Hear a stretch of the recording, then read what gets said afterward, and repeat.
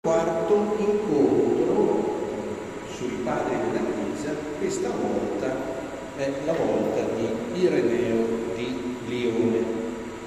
Siamo nel secondo secolo e nasce Ireneo anno più anno, tra il 135 e il 140 d.C. e muore proprio a cavallo del 200.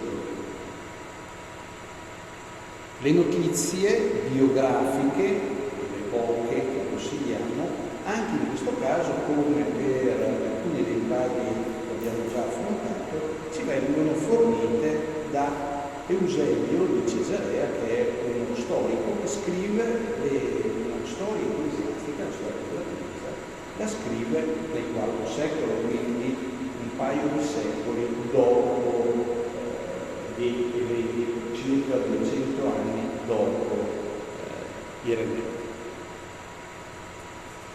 Ma abbiamo anche altro su lui, le opere che lui ha scritto. Anche lui è uno scrittore, come Giustino, e è uno scrittore apologista. Abbiamo visto, questa è proprio la fase d'epoca degli scrittori, dei vescovi scrittori che sono apologisti. La parola apologia, abbiamo visto la volta scorsa, significa difesa.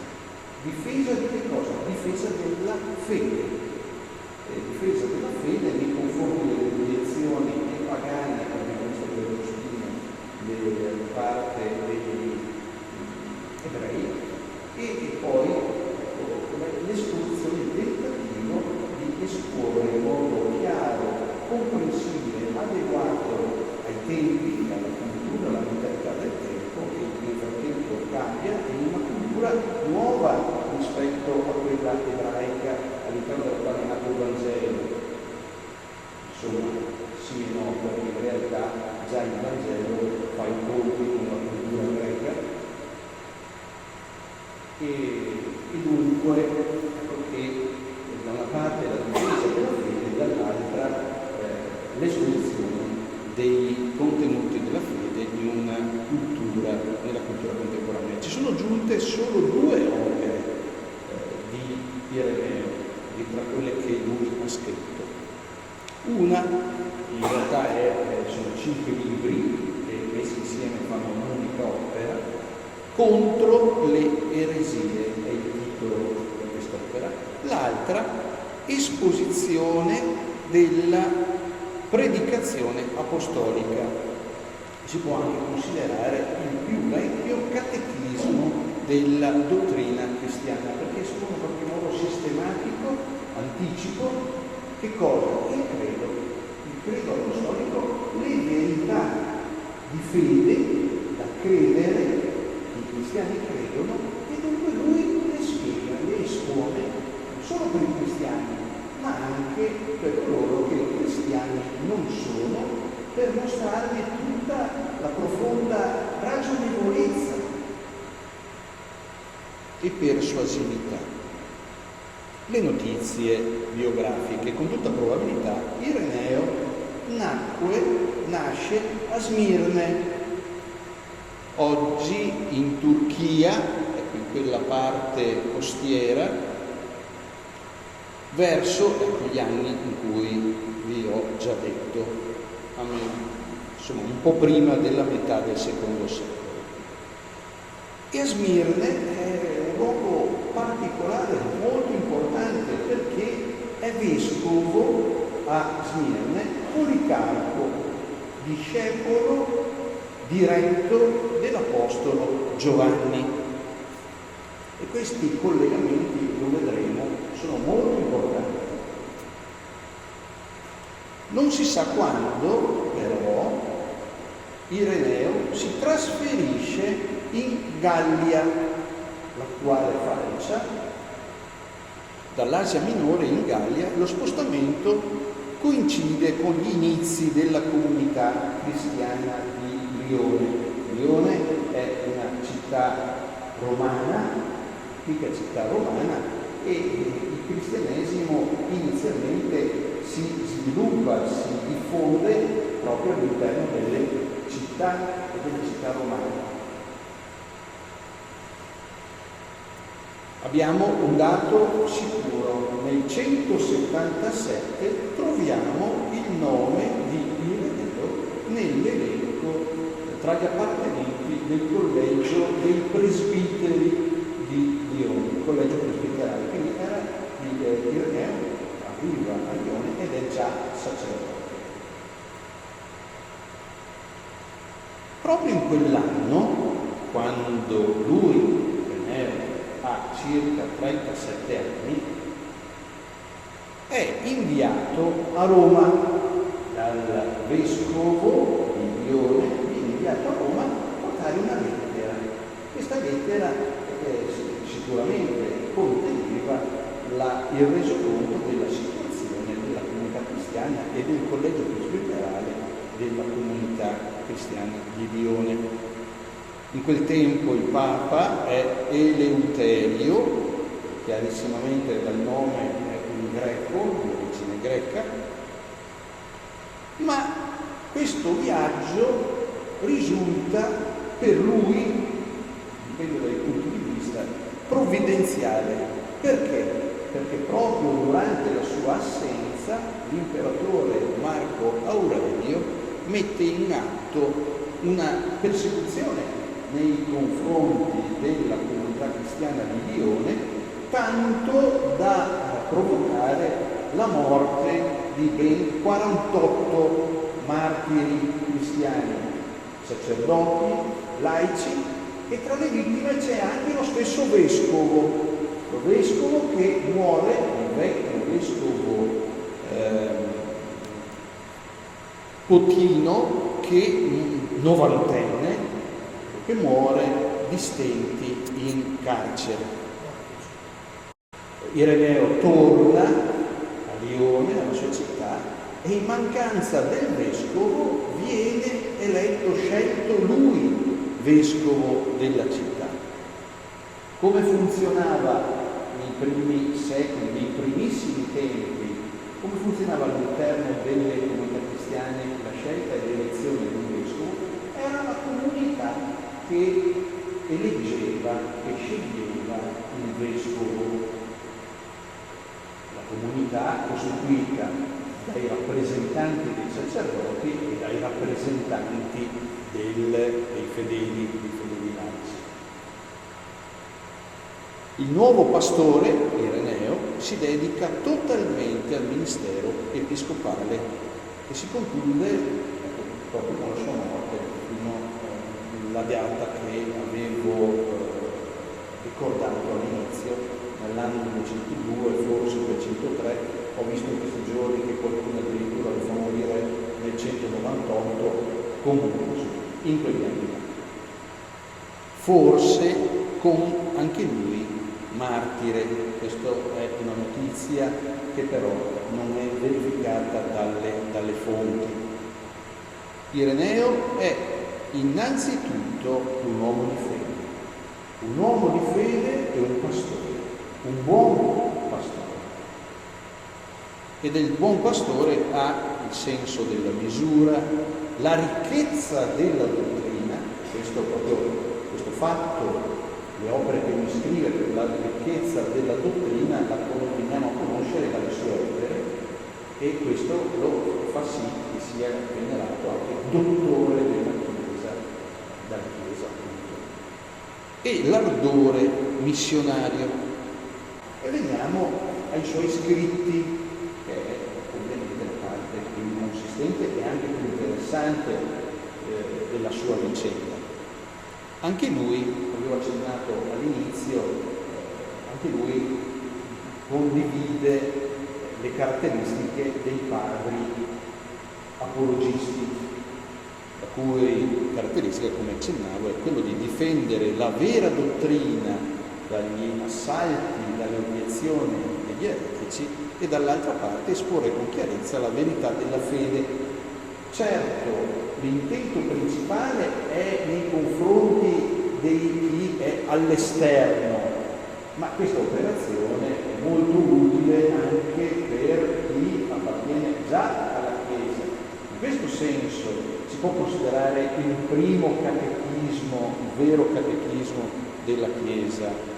In sintesi si può dire, una frase sintetica di tutta la sua vicenda, che Ireneo è il campione della lotta contro le eresie, e cioè contro le obiezioni o comunque la dottrina non vera, la dottrina non corretta. Dottrina, non so se noi pensiamo a volte, cioè, questa parola dottrina ha come una certa accezione un po' negativa, non so se sbaglio, come di una cosa un po' teorica, astratta, in qualche modo che forzi la verità della fede, l'evento spirituale.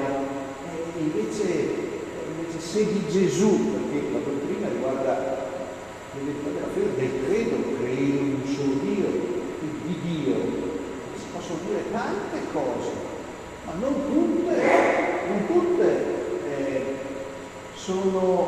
hanno un'idea, un'immagine corretta, giusta di Dio. Per esempio, vedremo affermare che Dio è cattivo, ma ognuno può dire quello che vuole, bisogna rispettare tutti. Ireneo e gli apologisti dicono: ecco, intervengono su questo. Quindi la dottrina è una cosa importante. C'è modo e modo, certo, di difenderla, c'è modo e modo di esporla, senza doverla usare come una spada, una lancia, come un'arma contro chi la pensa in tal modo.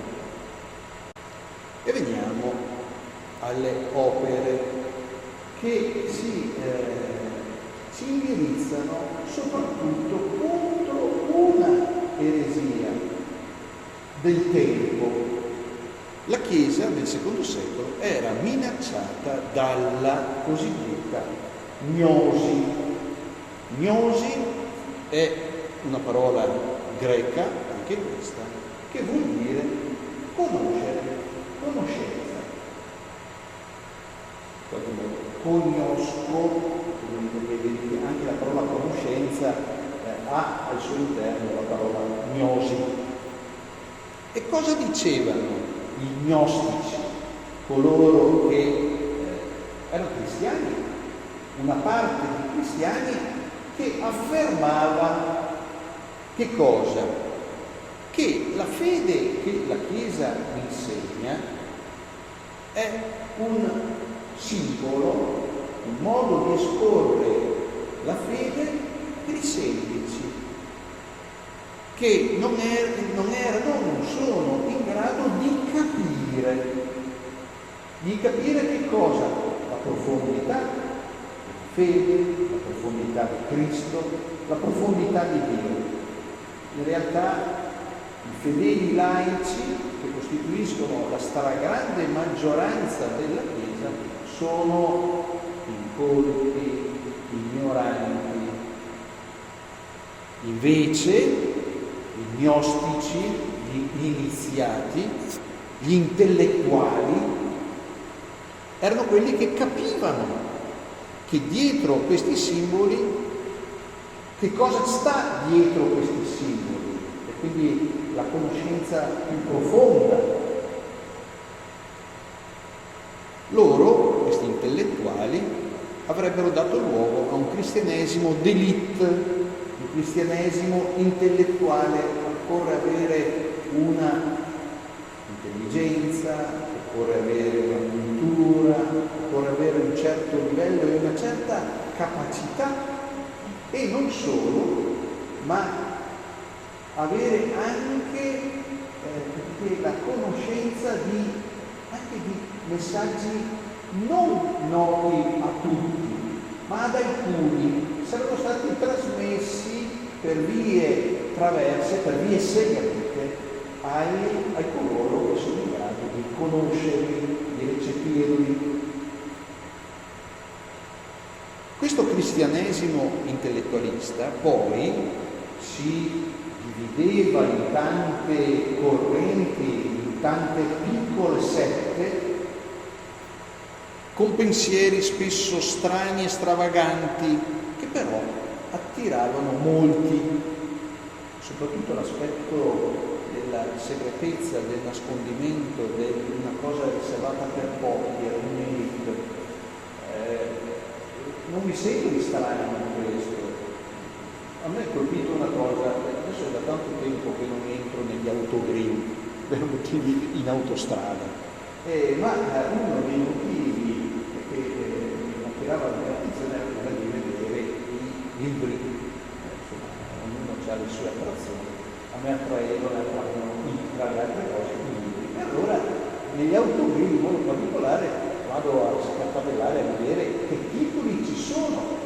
Sono tantissimi romanzi, ma tanti che riguardano proprio le questioni religiose, di fede, del cristianesimo, e per attirare l'attenzione sempre c'è qualcosa di un po' misterioso, anche nei titoli, il segreto il codice di la misteriosità di qua, la misteriosità di su, il mistero, la segretezza, il nascondimento, l'intrigo, l'inciuccio, ma anche nelle notifiche che ci arrivano sul cellulare, non so se sbaglio, ma attirano la nostra attenzione, perché c'è qualcosa che non me l'hanno raccontata giusta, del tutto giusto, sentiamo chi mi racconta invece la cosa giusta. Ecco, alcuni dei Vangeli apocrifi sono fatti proprio da coloro che aderivano, che seguivano questa corrente gnostica. Entriamo più nel profondo di questa corrente, di questa gnosi, l'elemento che accomunava tutte le varie sette, i vari gruppi, i corpuscoli di questo mondo, questa galassia, era il cosiddetto dualismo. Questa è una cosa molto dirompente e molto importante, il dualismo. Che cos'è? Ma si parte dal tentativo di spiegare il perché, l'origine del male nel mondo, nella realtà, l'origine della cattiveria, del male, della negatività. Pensate che già non la prima, ma la seconda pagina della Genesi si interessa di questo, tutto il racconto del peccato originale, parla di Giosuè terrestre, l'albero della vita, l'albero della conoscenza del bene e del male, e il comando che Dio dà ad Adamo ed Eva di mangiare tutti i frutti, ma tranne uno, quello dell'albero della conoscenza del bene e del male, poi trasgredito.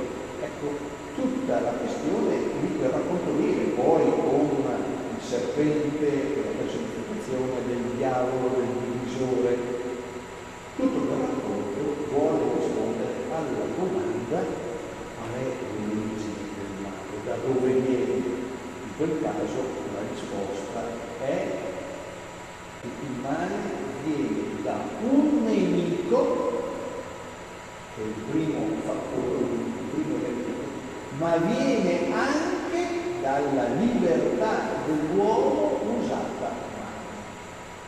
Quindi la risposta che le prime pagine della Bibbia danno alla domanda: il male, la cattiveria, da dove viene? Se nelle prime pagine ha detto che Dio crea tutto, la creazione, e vede che ogni cosa è buona, e poi crea l'uomo e la donna, per dire che è la cosa molto buona, ma il non buono da dove salta fuori? Un nemico che però è sottomesso, più debole, si evince dal resto della vita, e però c'entra anche una responsabilità usata degli uomini. Non è tutta colpa degli uomini, ma non possono neanche essere del tutto deresponsabilizzati. Questo è il racconto della Genesi. E allora era per dire che questa domanda dell'origine del male accompagna la storia dell'umanità e ritorna anche nei primi secoli della storia della Chiesa, del cristianesimo. E come rispondono gli gnostici a questa domanda, a questo interrogativo? Contrapponendo e mettendo sullo stesso piano il principio positivo e il principio negativo, cioè c'è un Dio buono, ma a fianco a lui c'è un Dio che è all'origine del male, che sono equipotenti. Se nella Bibbia, nel cristianesimo, nella vera dottrina, il diavolo c'è, ma comunque Dio è più forte, Cristo è più forte, e vince il male, il racconto delle tentazioni che ho sentito qualche domenica fa. In questo caso no, essi affermano l'esistenza accanto al Dio buono di un principio negativo. E questo principio negativo è creatore di lui e è all'origine della materia e di tutte le cose concrete. Che cosa si capisce da questo? Che c'è una concezione negativa della realtà materiale, della materia, ma anche della materia che riguarda non soltanto le cose, ma che riguarda anche l'uomo, la donna, e quindi un giudizio negativo rispetto alla corporeità, rispetto anche al cibo, rispetto anche alle istituzioni sociali, eccetera, eccetera, eccetera. Si negava la fede nell'unico Dio Padre di tutti, creatore, salvatore dell'uomo e del mondo. Ireneo risponde a questi gnostici, al dualismo e al pessimismo gnostico. Pessimismo, così come vi ho detto, nei confronti di tutte le realtà concrete e materiali. Risponde radicandosi saldamente nella dottrina biblica della creazione, facendo riferimento alla creazione che Dio crea buona e la realtà umana molto buona. Egli rivendica l'originaria, lui non nega che ci sia anche l'aspetto del peccato, questo si aggiunge dopo, questo non rovina, non rende la realtà negativa e soltanto maligna. Lui difende e rivendica l'originaria santità della materia, del corpo, della carne, come pure dello spirito.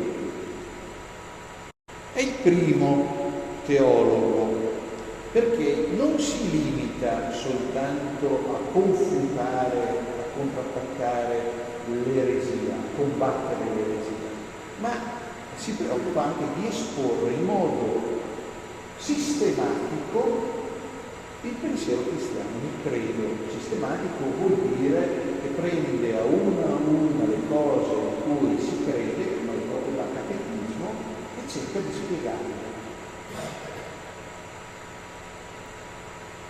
Al centro del suo insegnamento c'è la questione della regola della fede, cioè il credo, e come trasmetterlo, come comunicarlo.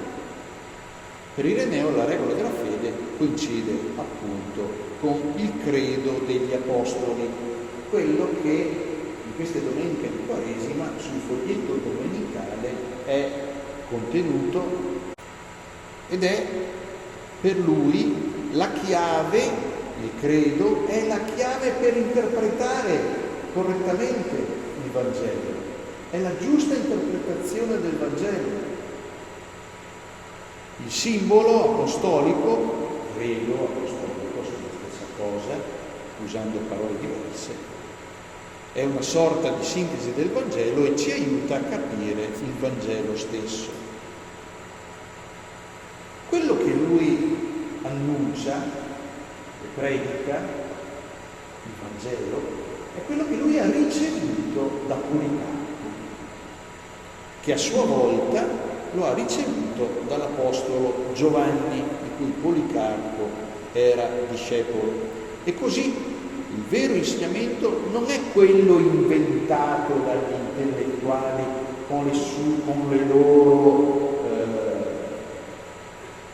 i loro ragionamenti, con le loro invenzioni e circonlocuzioni. Il vero Vangelo è quello impartito dai vescovi che lo hanno ricevuto a loro volta dagli apostoli in una catena ininterrotta dagli apostoli ai tempi contemporanei.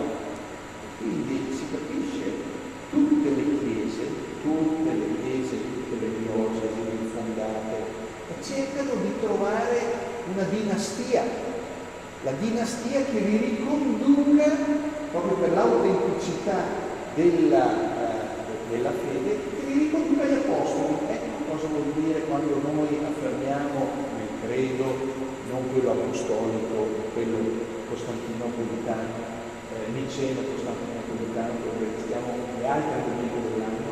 A un certo punto diciamo: credo la Chiesa una, santa, cattolica, apostolica, cioè che la nostra fede si fonda su una catena ininterrotta di consegni, una fede che risale direttamente, di passaggio in passaggio, di vescovo in vescovo, risale fino all'origine, fino agli apostoli, Pietro, Paolo e gli altri.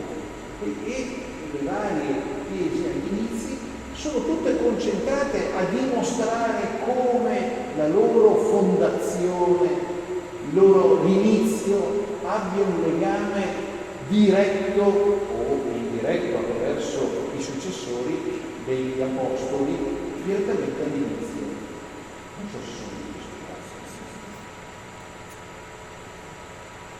Così, dice Ireneo, non esiste una dottrina segreta che sarebbe appannaggio di alcuni, mentre tutti gli altri ne sono ignari, non la conoscono. Non esiste un cristianesimo superiore per gli intellettuali. Gli apostoli e i loro successori non hanno insegnato altro che questa fede semplice che tutti i cristiani e tutti i fedeli professano con il credo, quello è, e lì c'è tutto. E lì sta anche la vera profondità della rivelazione di Dio, quello che Dio ha voluto rivelare. E lì non ha detto Dio delle cose ben semplici e poi di nascosto altre cose segrete agli eletti, nascondendolo agli altri. La fede pubblicamente confessata dalla Chiesa è la fede comune a tutti. Solo questa fede è apostolica, viene dagli apostoli, cioè da Gesù e da Dio, il quale Gesù e Dio l'hanno trasmessa ai primi, agli apostoli. Apro una piccola parentesi. Qui non si tratta soltanto di che cosa ha comunicato Gesù. Questo mi è particolarmente caro. Che cosa ha comunicato Gesù ai suoi? Delle verità, dei principi, delle verità dogmatiche, delle verità morali, di comportamento, naturalmente una serie di principi, di regole, di norme, di verità. È questo il cuore del cristianesimo. Che cosa comunica? Ha comunicato una vita, principalmente. Li ha chiamati, sono stati insieme 3 anni, ma non perché principalmente ha consegnato loro delle cose, delle parole da comunicare, ma perché loro partecipassero di una vita e a loro volta con coloro che parteciparono della vita degli apostoli potessero in qualche modo per osmosi fare esperienza della vita di Cristo. Dove 2 o 3 si trovano nel mio nome, io ci sono. Questo è il cuore del cristianesimo. La vita di Cristo, cioè lo Spirito Santo, che si comunica per partecipazione. Sacramenti sono questi. E il primo sacramento è la comunità cristiana, che è alimentata dai sacramenti. E infatti non ci sono sacramenti senza comunità cristiana. Sarebbero senza l'unità e la comunione della comunità cristiana, sarebbero dei riti magici. Aderendo a questa fede trasmessa pubblicamente dagli apostoli ai loro successori, i cristiani devono osservare quanto i vescovi dicono, devono considerare specialmente l'insegnamento della Chiesa di Roma, preeminente e antichissima. Queste sono parole di Ireneo. Qui ho riportato, chi forse conosce un po' la storia dell'arte, questa è la chiesa, l'antica chiesa di San Pietro. In realtà è già una fase evoluta della chiesa di San Pietro. Comunque era per sottolineare il ruolo preeminente tra tutti i vescovi, tra tutte le chiese. Ireneo sottolinea l'importanza particolare della Chiesa di Roma. Perché? Perché la comunità di Roma, a causa della sua antichità, la comunità cristiana di Roma, a causa della sua antichità, ha la maggiore apostolicità, cioè ha un legame particolare, unico con gli apostoli, con Pietro e con Paolo. Con la Chiesa di Roma devono accordarsi tutte le chiese, riconoscendo in essa la misura della vera tradizione apostolica, dell'unica fede comune della Chiesa.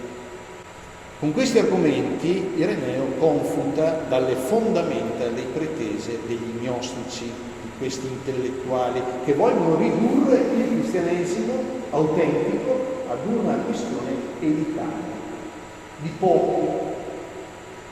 Anzitutto, dice Ireneo, non posseggono una verità ritenuta superiore a quella della fede comune per tutti, perché quanto loro dicono non è di origine apostolica, è inventato da loro.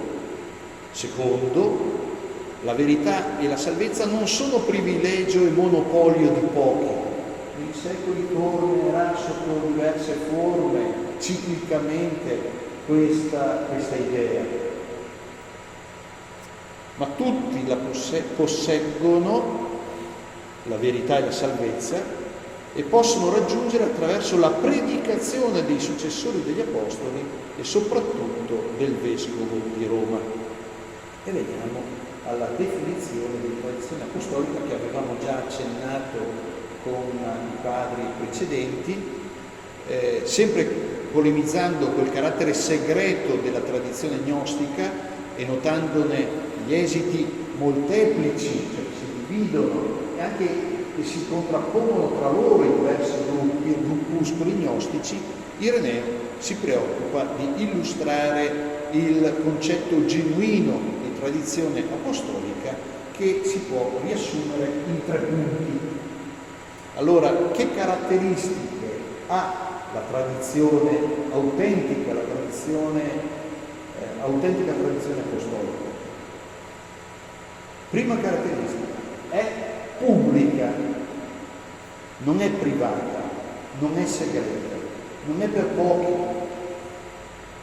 Per Ireneo il contenuto della fede trasmessa dalla Chiesa è quello che è ricevuto dagli Apostoli e da Gesù e dal Figlio di Dio. Non esiste altro insegnamento che questo.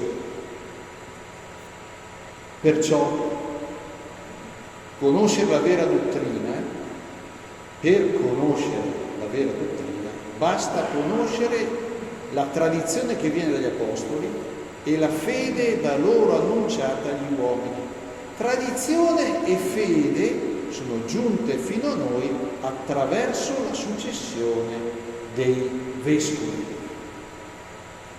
Così, per Ireneo, successione dei vescovi e tradizione apostolica coincidono. Quando diciamo credo alla Chiesa apostolica, noi crediamo la successione che dagli Apostoli fino a noi è ininterrotta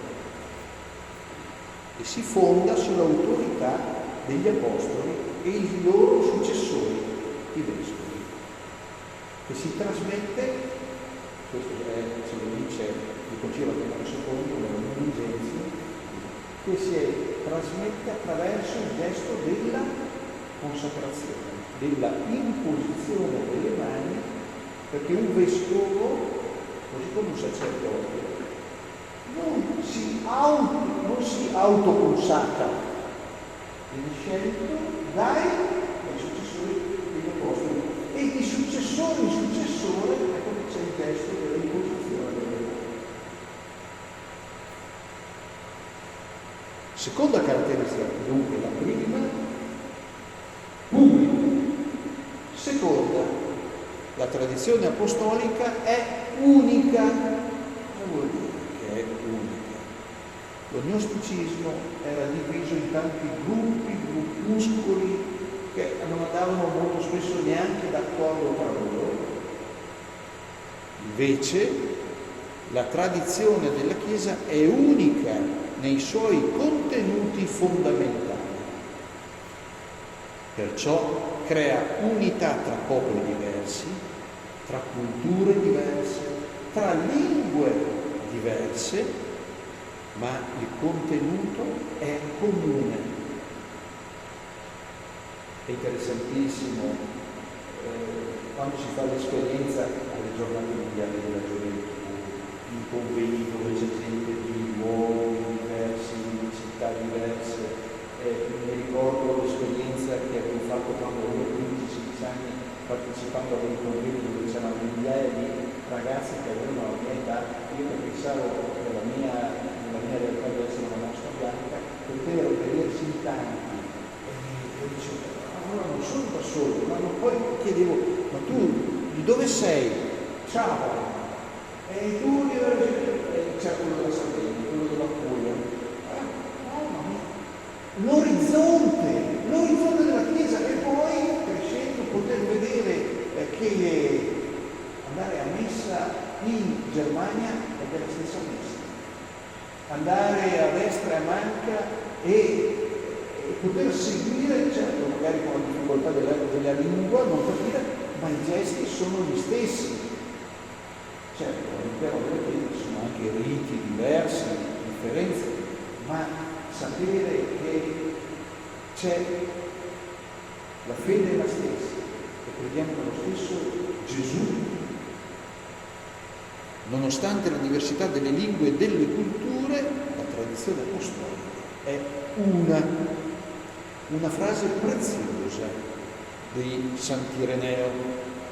La Chiesa, benché disseminata in tutto il mondo, custodisce con cura la fede degli Apostoli. Ecco perché il Vangelo, del Vangelo, abbiamo delle copie antichissime e dei pezzetti che risalgono, che distano dall'originale poche decine di anni, cosa che non esiste esiste per nessun'altra opera letteraria della letteratura mondiale. Pensate che addirittura i filosofi greci, la distanza tra l'originale e la copia più antica che possediamo a volte è di 1000-1500 anni, a volte 2000 anni. Anche la Bibbia nel suo insieme, la copia più antica fino agli anni 40, e poi negli anni 40 è successo una cosa un po' particolare, ma fino agli anni 40 la copia più antica, la copia più vecchia stampata della Bibbia risaliva al 1100. E quindi dai testi più antichi della Bibbia, scritto prima di Cristo, 1000 anni avanti Cristo, la distanza tra gli originali e la copia più antica sono 1000 anni. Si capisce?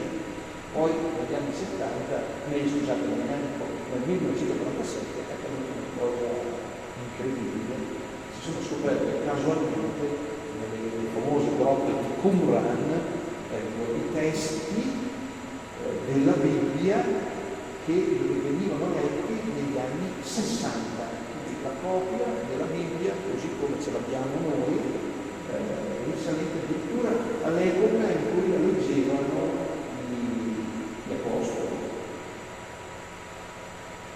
Bene, la Chiesa, benché disseminata in tutto il mondo, custodisce con cura la fede degli apostoli, come se abitasse una casa sola. Allo stesso modo crede in queste verità come se avesse una sola anima e lo stesso cuore. In pieno accordo proclama, insegna e trasmette queste verità come se avesse una sola bocca. Le lingue del mondo sono diverse, ma la potenza della tradizione è unica e la stessa. Le chiese fondate nelle Germanie non hanno ricevuto né trasmettono una fede diversa, né quelle fondate nelle Spagne o tra i Celti o nelle regioni orientali o in Egitto o in Libia o nel centro del mondo, nella Roma.